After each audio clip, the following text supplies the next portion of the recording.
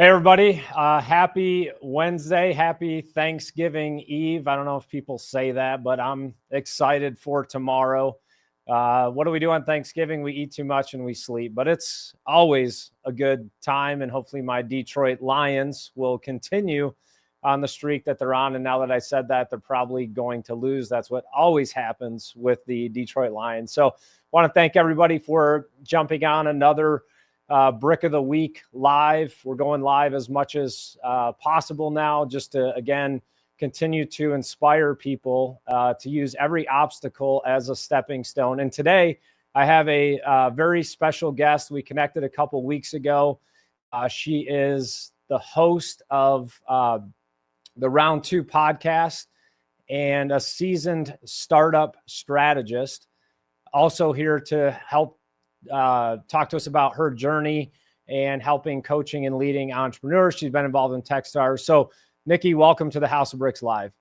Awesome. Thank you so much. I'm really happy to be here. I have to work on my intro skills. I just, no matter who I have on, I try to do I'm just not good at intros. So, well, no.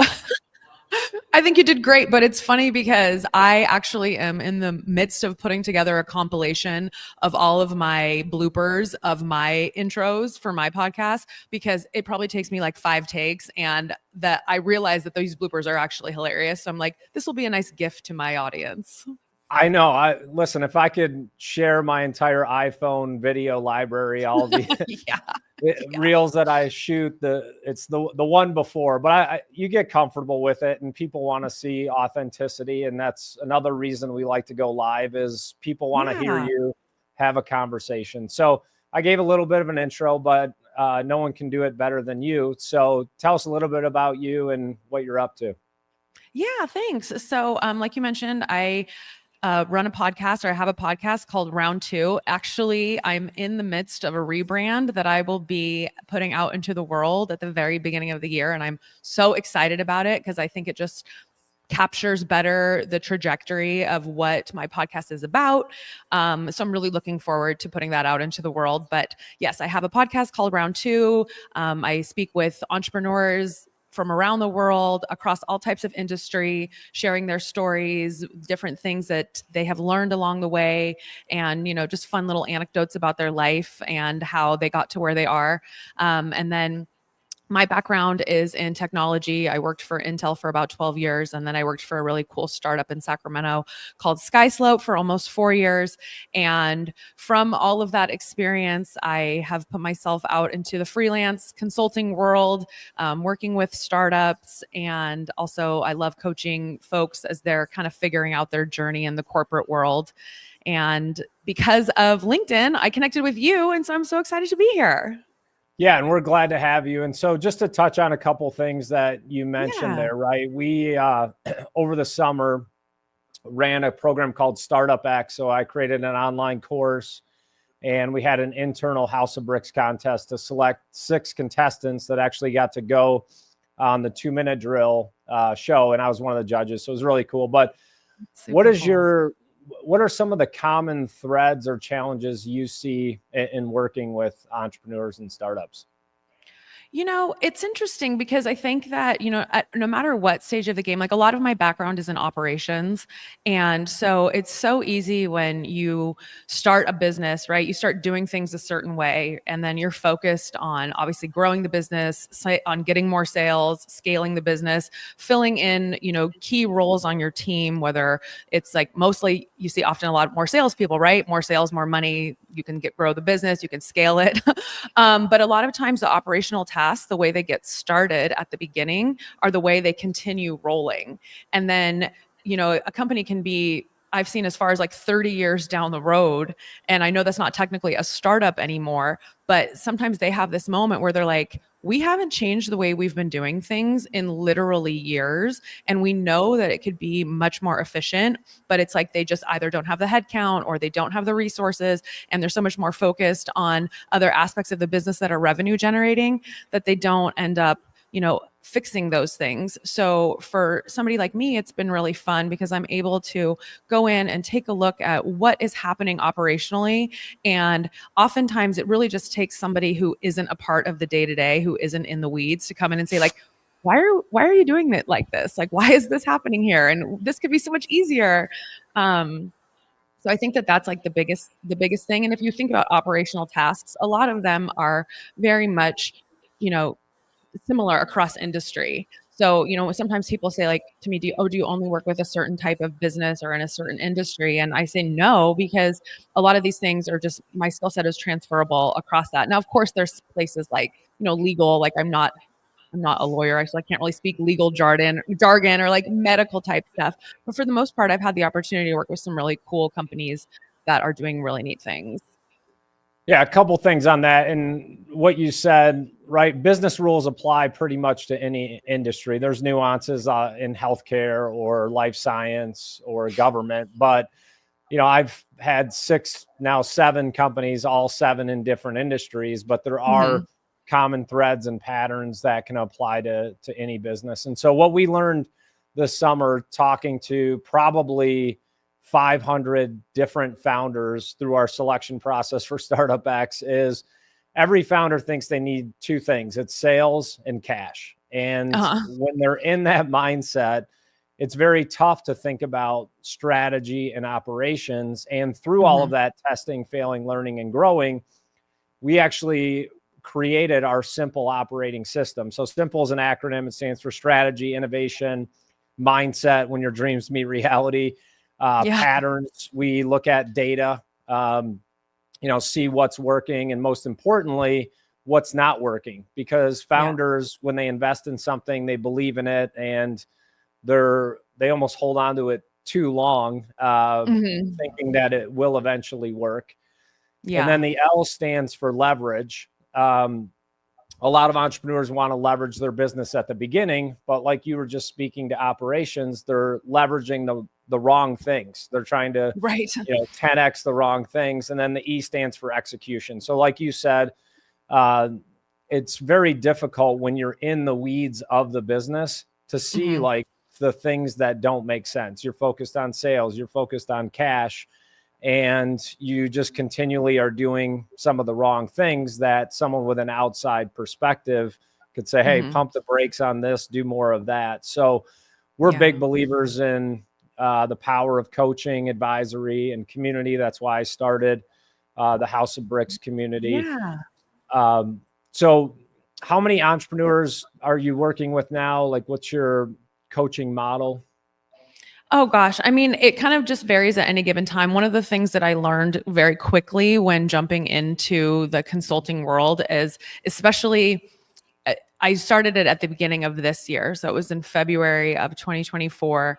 And as you kind of know, like the beginning of this year was crazy. Like I remember, that we turned into the new year and it was like layoff. And all of these, businesses were going crazy. Budgets were very tight. And that was also, though, one of the reasons why I decided to step into the consulting space, because I thought, if people are laying folks off, that means they're still going to need maybe they are resource constrained, but they're still going to need some type of expertise for these different roles. So, I work anywhere between like 2 and 3. I really like to make sure that I'm able to give as much time as necessary and really, confirm like why that they brought me in, why they hired me to do what they're doing. So I don't want to be stretched too thin, but I also want to do a great job and feel like I'm leaving them in good hands after our time together is done. So my favorite thing. Oh, no, sorry. So, it's funny because I was thinking about the conversation you and I had last week about, talking about what you have done and then talking about like the future and the vision and moving forward. And one of the things that I think I love the absolute most about being in freelance and having the opportunity to go in and work with different companies is the people aspect of it, right? Because by going in as a freelancer, the leadership team is basically giving their stamp of approval and saying like, hey, we are hiring this person to do this role. We, trust in her skill set, etc. But then there's all the people that have to actually put the new processes into play, right? And the people who are actually going to own them when you're gone. So one of my favorite parts about it is, saying, okay, well, who are my main points of contact? Who are the people in the business that I'm going to be working with the most? So we can like really work together to figure everything out, but also empower them to know that like, hey, you're going to own this new process when I am no longer here. And this is going to be like yours to help implement and drive and grow. And if there's skeptics, right, then help, get them on board to like why this is the best for the company, for the business as a whole. So that's kind of my favorite piece. I just love working with people. Oh, that makes one of us. No, I'm kidding. Coaching is great except for the client. So how do you balance? And I say that kind of joking, but not. Like, I'm a super high performer, high expectations. I very rarely make this reference, but I did post a video of Michael Jordan today, and not saying I'm Michael Jordan, and anyone that parallels themselves to Michael Jordan, I get upset. So, but when you are a high achiever, he would be a terrible coach because he holds himself to like such high expectations. And that's one thing that I struggle with is in coaching, how do you balance doing it for them versus getting them to do it? I mean, it is tough. It's funny. I actually had dinner with a girlfriend last night, and we were talking about exactly this and kind of the line between having a coach that is going to really hold you accountable and really kind of give you that tough love and push you and, gives you homework and, is making sure you follow through on things versus some that are not as aggressive with their approach and are more like, okay, well, so last time we met, we talked about X, Y, and Z. Like, did you make any headway? And if you're like, oh, actually, no, I didn't have time or whatever, if there's not really any sort of consequence on there. And I think it's really finding the balance between each. It's not so much like it's what you want to do like as the coach, but it's also who are you working with and how do you approach them? How do you talk to them? I mean, when you come from a background of managing people, I mean, I think one of the mistakes that a leader can make is not really getting to know each individual and then creating a way to communicate with them that works for them. And so that's kind of what you have to do with coaching as well. Like, there's going to be some people who literally want you to be like a coach that's in their face, like, oh my God, come on, you can do this. But then there's other people where they need a more gentle approach in order to thrive. Yeah. And what the challenge can be, right, is we also offer business advisory services, which is more kind of done for you, right? You need an investor presentation. Between my partner, Bill, and I mean, we've raised over $100 million. We've taken companies public. So we have the skill sets to do, that type of advisory, how to create a financial model. And then even within our simple operating system that we're launching, like we have that, framework from an advisory level. So do you only do coaching, or if someone is looking for more directional, kind of done for you type service, or are you just focused on the coaching piece? No, I'm really focused on the coaching piece, but and I laughed internally when you said financial model, because when I was in the Techstars program, when I was working with a startup, I was very involved in putting together the financial model. And that was the first time I had ever done one. And so kind of learning how everything works and putting it all together. And that was such a huge mountain for me to climb. But I'm so grateful that I had the opportunity to learn how to do it and to put it all together. But I don't think anybody would really want me creating one for them. I think that they would probably be better outsourcing that somewhere else. Well, it's funny you bring that up. So a financial model can mean a lot of things, right? And the data has to tell the right story of growth in order to set the valuation that you're looking for. Because when founders are raising capital, right, they're not really looking at trailing 24 months of earnings. It's more, hey, I've got this great idea. I want to value my business at $10 million. We have no revenue. The product's not built yet, but we're worth $10 million.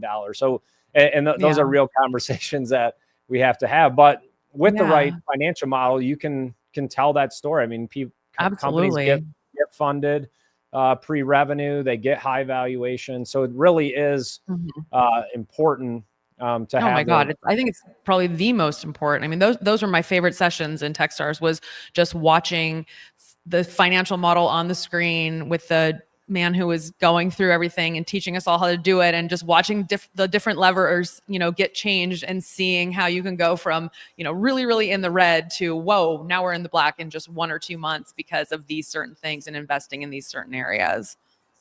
Yeah, the numbers don't lie. So whatever your PowerPoint says or your slides, it's going to get down to the numbers. And the most important thing, it's not just a, one worksheet model. You've got to have how it all, ties out and builds up and make the right assumptions for growth. So let's talk about Techstars for a minute. So I mentioned our Startup X program this summer. I actually changed the name of it from an accelerator to an academy, because what I have seen in these accelerators is entrepreneurs don't need to go faster. They need to slow down. And they're all just trying to 10X out of the gate. So I'd love to get kind of your feedback of the pace in which people moved through Techstars. Did they get the results they were looking for, and some of the success rates? I think it was so interesting. Like I had such a different perspective going through the program because I was consulting for a company that had got into the program. So, I mean, I always say that I don't believe in like coincidence, because I think that, everything that we're putting out into the world, like we start to attract what is meant for us. So, but it was very serendipitous, the timing of me having just a coffee date that had to be rescheduled probably 3 or 4 times with this woman named Christy, who has a startup, who had got into the Techstars program. She and I literally met for coffee like 4 days before the program started. And I told her what I was up to. She was like, hey, I think we could use your expertise. She's like, and by the way, we got into this really cool accelerator called Techstars. So I was like, okay, well, let me do a little research. Let me think about it. I talked to a couple of friends of mine who have had very successful businesses that have been, acquired, and they are Bay Area guys. And they were like, oh, you should totally do it. It would be a great experience for you. So I said, okay, hey, I'm in. So, I've said this to all of the founders that I was in the program with. Being a founder is like, they're putting in their blood, sweat, tears, money, time, all of the things. And I'm sitting there just going, wow, like I have so much admiration for all of you guys and all of the grit that you have, that you've put in to get to this point. And a lot of people were pre-seed, a lot of people were pre-product. So I think the Techstars program is great because it really forces you to learn, are you putting something out into the world? Is your idea something that people will crawl over glass to pay you for, to that, because you're solving that big of a problem that they just can't figure out how to solve on their own? And one of the things that I thought that stuck with me is the very first time we had an in-person meeting, the man who was our managing director, he was like, some of you guys will have walked in here with one idea and you will walk out with another idea. And I thought, whoa, that's interesting. And watching that actually happen was super cool to see. I mean, one of the teams, they pivoted so hard. They went from like a nightclub type idea, and then now they're doing like an AI dental assistant, and they're just absolutely crushing it because they found this like market and this idea, and it's so good. It's funny you say that. So I was actually in between one of my exits going to write a book called The Idea Before the Idea. And exactly. I have had some really, really bad ideas. One of them, when I sold my mobile technology company, I played basketball in college, a year professional, but I was going to make this, just go ahead and laugh. It's okay. I was going to make this yoga workout that simulated an entire basketball game. It was 48 minutes long. It had these like different, postures that related to, basketball and yoga. It was a bad idea. It was going to be basketball yoga. So fortunately that idea did not get off the ground. And then I started Qualmetrics, the healthcare company that eventually went public. But there's gotta be, I think it would be a great book. I mean, guys like, Jeff Bezos and Steve Jobs, like thinking about the ideas that they had before Amazon, before Apple. So I have no idea why I just told that story, but I thought it was funny. So no, it is, because it's true, because, I mean, I sit here and I think about different conversations I've had with people, or different ideas that I've had. And I mean, I have one idea that I think is like absolutely brilliant, but maybe it's not, and that's like the beauty of going through an accelerator program, is that they really force you to figure that out. But then it really ends up being up to the founders to make those decisions after the fact. And I think, kind of like you touched on a little bit earlier, about that emotional tie to the business and to the idea. And that's why I think like coaching and freelance work is so beneficial, because you can be so in the weeds with something that you can't even see like what you can or could be doing, or what you should be changing, or what the data is actually telling you, because you're so invested in that original idea. You are. And a lot of times founders, they're borrowing money to start the business, or they're going into debt. You really have no way out, but really that's the best place to be in. You have to burn the boats. You can't, I don't know how people do it, kind of start a business on the side while they have their full-time job. You really have to be all in. In your coaching practice or process, do you work on mindset at all, or is it more just tactical and operations? Oh, I love that you asked that question, because mindset, I think, is everything. And, it was funny when Paul sent me the link to be able to choose a date to come on your show. I intentionally chose today because it's Thanksgiving week. Thanksgiving is my favorite holiday, simply because it's all about food and not about presents. And also because it's like this week of gratitude. And I think, like, for me, gratitude is like the foundation in which I exist out in the world. I have so strongly adopted that mindset. And I've always been an optimist, right? I've always been a glasses half full. I've always been there's a silver lining, even when it's like, the worst day of my life. I'm always like, what can I learn from this? Even if I'm sitting in the corner sobbing and thinking that life is never going to go back to the way it once was. But I think that, like, having a positive mindset and becoming self-aware, that is one of the things that I always said to my team when I was at Skyslope, is like, once you're self-aware, once you have that realization, like, that's the first step towards change. So I think when I'm working with people and they're like, maybe they're like, hey, I really want a new job. It's like, okay, well, that's like the goal, but like, how are we going to get there? And what are all of your reasons? But I think that, I always approach people with the utmost optimism and like a lot of ideas, but also just, making sure that people can like take a look around and be like, hey, you know what, maybe my job does suck. Maybe I absolutely hate getting up and going to work every day, but like, hey, at least I have a job. At least I'm, I've learned a lot of things. Like, are you the same person today that walked in the door like 3, 5, 6 years ago, whatever it may be? Like, no, you're absolutely not. So let's like build your story to be able to get you to a point where you can, go and look for that next job. And you've got this like beautiful resume of everything that you've done. So I'm going to talk to you about gratitude. And Please. my grandfather, he was raised by a single mom on welfare. Like, I think they had 8 or 9 kids, 10. And by the way, I have no idea how they did that back then, but I have 4 and I could barely breathe. So, but over the summer, I was really teaching in our community to have a give first mindset and to help others. And the challenge for a lot of entrepreneurs, type A people, leaders, is they're actually very, very giving people and don't invest enough in themselves. So I say all the time, you can't pour from an empty cup. And so what I'm now kind of shifting my messaging, like, the best investment you can make is in yourself. And then you're able, could not agree more, to give others, because otherwise you just kind of end up a stump, right? You've given away everything you have. And, and people have no problem taking. And so I've kind of just shifted my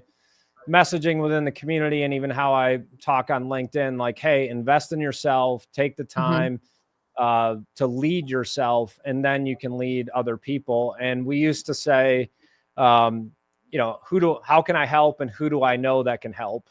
And that would help, that relationship flywheel, to also say, my screen just cut out. You also have to say, like, who can I help the most, right? You Mhm. can't help everybody. And so it's just kind of some self-awareness that I want people to make sure they understand when serving others. No, totally. And you're preaching to the choir by saying all of that, because I have, remember when we were like little kids and your parents would say like, oh, like share your toys, don't be selfish. And it was kind of like the word selfish became like a bad word. Like, oh, you don't want to be known as selfish. Well, I always have said that I think selfish is a good word, because if I'm not taking care of me, like nobody else is going to. And so I view if I'm going to prioritize myself and take care of myself and invest in myself, like those are all good things, because the better that I am, the more on my A game I am because of investing in myself, the better I can serve everyone else. And the better coach I am, the better friend I am, the better daughter I am, the better sister I am, all of these things, it boils down to like, how well am I taking care of myself and investing in myself in order to give back? I actually told one of my podcast guests a few weeks ago that my favorite folder in my email is my connecting cool peeps folder, because I love connecting people that have awesome, things in common, or maybe like they could collaborate or work together on something. And I actually have somebody that I want to connect you with. So we'll talk about that when we're done here. So I love it. Yeah. All right. Well, listen, I want to thank you for joining today. It's been a great conversation.